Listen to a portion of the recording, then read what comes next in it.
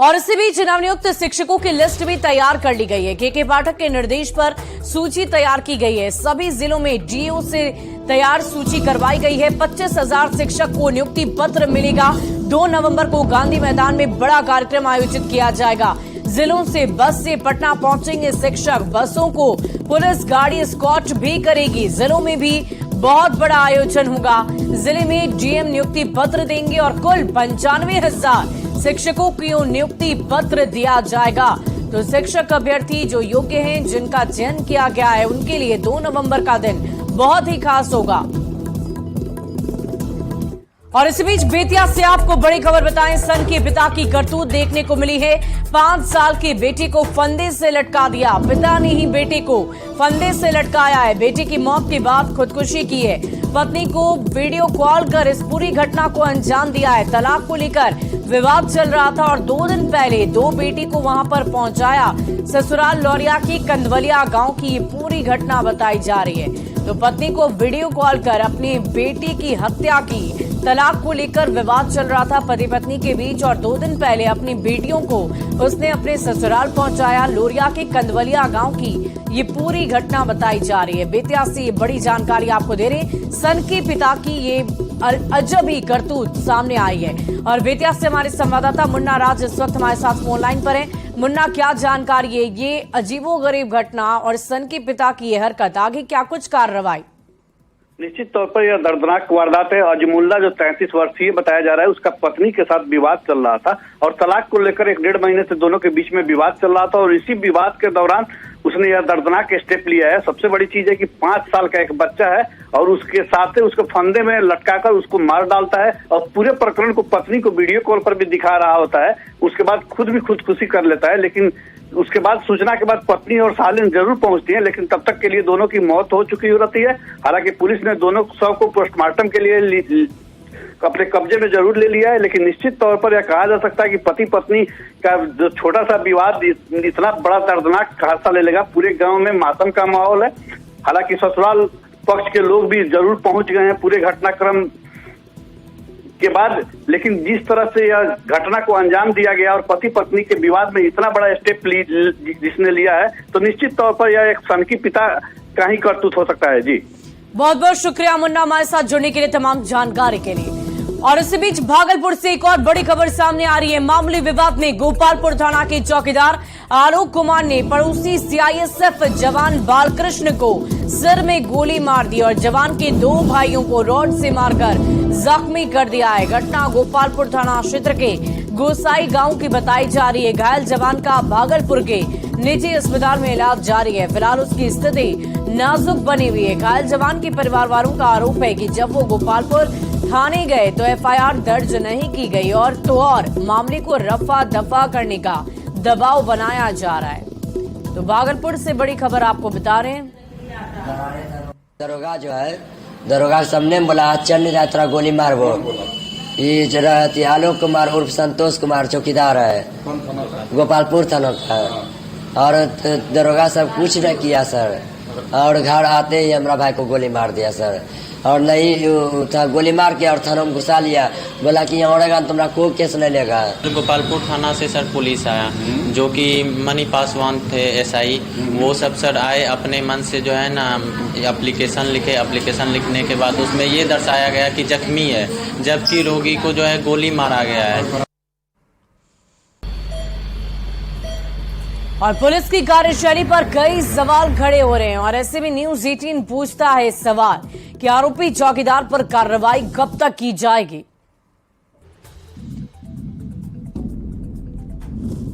Police क्यों case दर्ज नहीं कर रही है? इस पूरे मामले पर क्यों पुलिस की तरफ से संज्ञान नहीं लिया जा रहा है? मामले को क्यों नहीं दर्ज किया जा रहा है? पीड़ित सीआईएसएफ जवान को इंसाफ कब मिलेगा?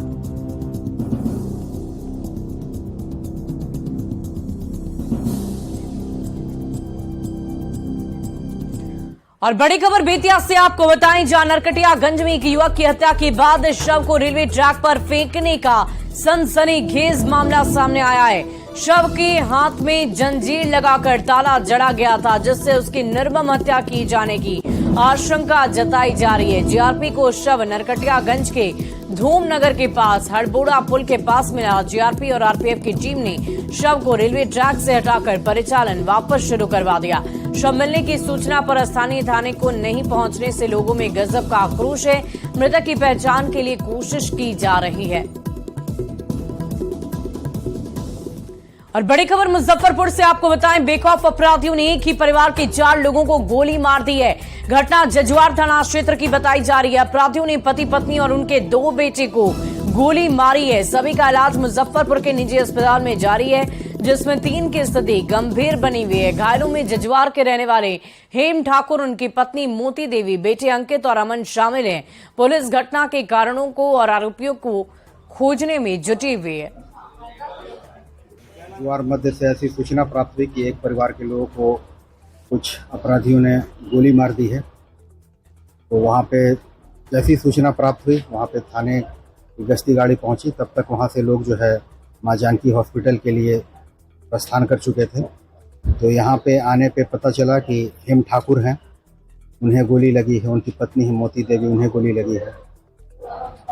अंकित है और अमन, जो हेम ठाकुर के 2 बेटे हैं, उनको भी गोली लगी है। अमन को जो है हाथ में गोली लगी, वो पूरी तरीके से ठीक है। बाकी और लोगों का इलाज चल रहा है। इसमें इन लोगों के द्वारा जो है 5 लोगों की पहचान की गई है और 3 अज्ञात थे जो गोलीबारी में थे। और इसी बीच बांका से आपको बड़ी खबर बताएं, अमरपुर थाना क्षेत्र के सलीमपुर गांव में रास्ते विवाद को लेकर 2 पक्षों के बीच जमकर मारपीट हुई है। मारपीट में दोनों पक्षों के 5 लोग गंभीर रूप से जख्मी हो गए। गंभीर स्थिति में भागलपुर रेफर किया गया है। दोनों पक्ष के लोगों ने एक दूसरे पर गंभीर आरोप लगाए। फिलहाल पुलिस इस पूरे मामले की सघनता से जांच पड़ताल में जुटी हुई है। रास्ते के विवाद में 2 पक्षों के बीच जमकर मारपीट हुई है। तस्वीरें देख पा रहे होंगे, सभी जख्मी इस वक्त इलाजरत है। मेरा मतलब जमीन है, रास्ता है, तो वो बोले, हम बोले कि रास्ता पे कौन ये करके रखा है, तो बोला कि हम करके रखे हैं। इसका पापा मतलब आनंदी दास और इसका मतलब बीबी आई, क्या नाम है? सगुना देवी। वो आई मतलब बोलने के लिए, हाथ में था लोहा वाला डबिया था। और अगली खबर सिमडेगा से, जहां ट्रांसफार्मर रिपेयरिंग वर्कशॉप में आग लगने से हड़कंप मच गया है। सहयोग विलेज के पास ट्रांसफार्मर रिपेयरिंग का वर्कशॉप है, जहां ट्रांसफार्मर के तेल से यह आग अचानक ही भड़क उठी। आग लगने की जानकारी मिलने पर फायर ब्रिगेड की टीम मौके पर पहुंची, जिसके बाद करीब आधे घंटे की कड़ी मशक्कत के बाद आग पर काबू पाया जा सका। तस्वीरें आपको दिखा रहे हैं कैसे ट्रांसफार्मर रिपेयरिंग के शॉप के पास ये आग लग गई है। दरअसल ट्रांसफार्मर के तेल से ये आग भड़क उठी। आग लगने से हड़कंप मच गया। हालांकि किसी तरह के हताहत की खबर तो नहीं है।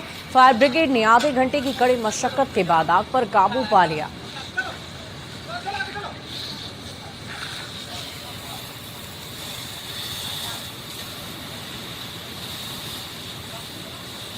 छठ महापर्व को लेकर घाटों की साफ सफाई शुरू कर दी गई है और इस बार 105 गंगा घाटों पर छठ व्रत होगा।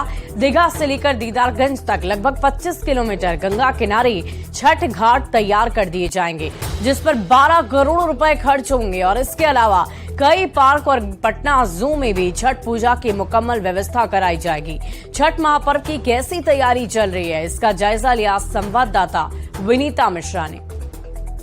छठ महापर्व की तैयारी पटना में शुरू कर दी गई है।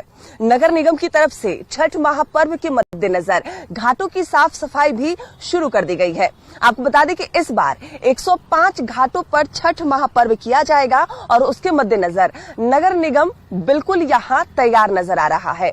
अभी दशहरा के बाद जो घाटों की व्यवस्था खराब हुई है, जो जगह जगह गंदगी का अंबार लगा है, उसे अभी से ही साफ किया जा रहा है और उसकी तस्वीर राजधानी पटना के तमाम गंगा घाटों पर नजर आ रही है।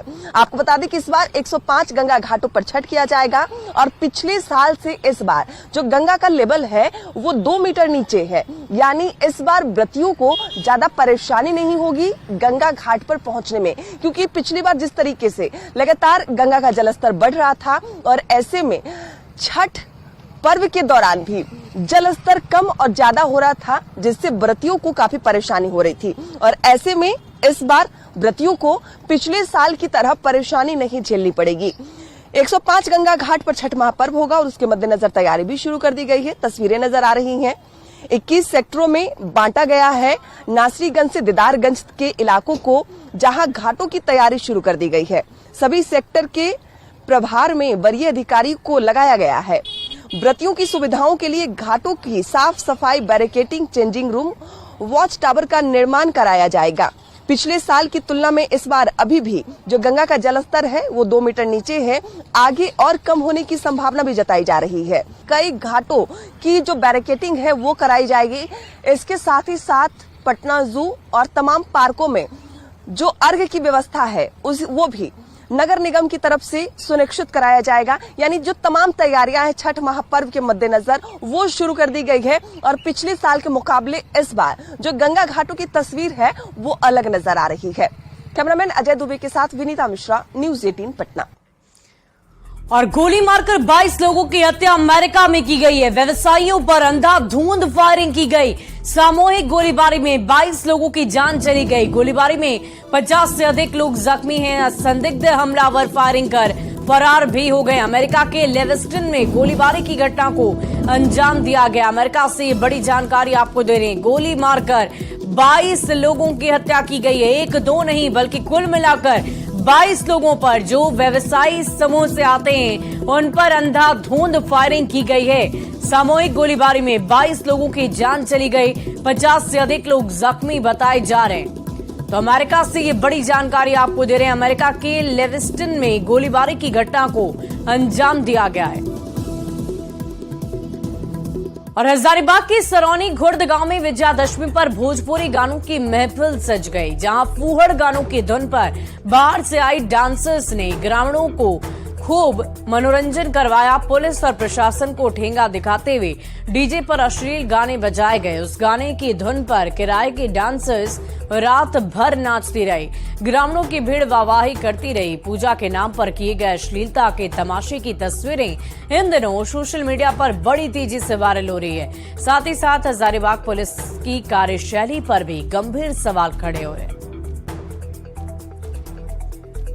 और बीजेपी अध्यक्ष जेपी नड्डा 28 अक्टूबर को रांची दौरे पर आ रहे हैं। बीजेपी के प्रदेश अध्यक्ष बाबूलाल मरांडी की ओर से निकाली जा रही संकल्प यात्रा के समापन समारोह को जेपी नड्डा मुख्य अतिथि के रूप में संबोधित करेंगे। इसका आयोजन हरमू मैदान में किया जाएगा। इस मौके पर रांची, हटिया, कांके, मांदर, खिजरी, तमाड़ विधानसभा की जनता की संयुक्त सभा आयोजित की जाएगी। राष्ट्रीय अध्यक्ष श्रीमान जेपी नड्डा जी उस कार्यक्रम में मुख्य अतिथि के रूप में आने वाले हैं और कार्यकर्ताओं का मार्गदर्शन करेंगे। इसलिए हम सब बहुत ही उत्साह और उमंग है कार्यकर्ताओं में। और 6 विधानसभा की संयुक्त जनसभा वो हरमू मैदान में होनी है।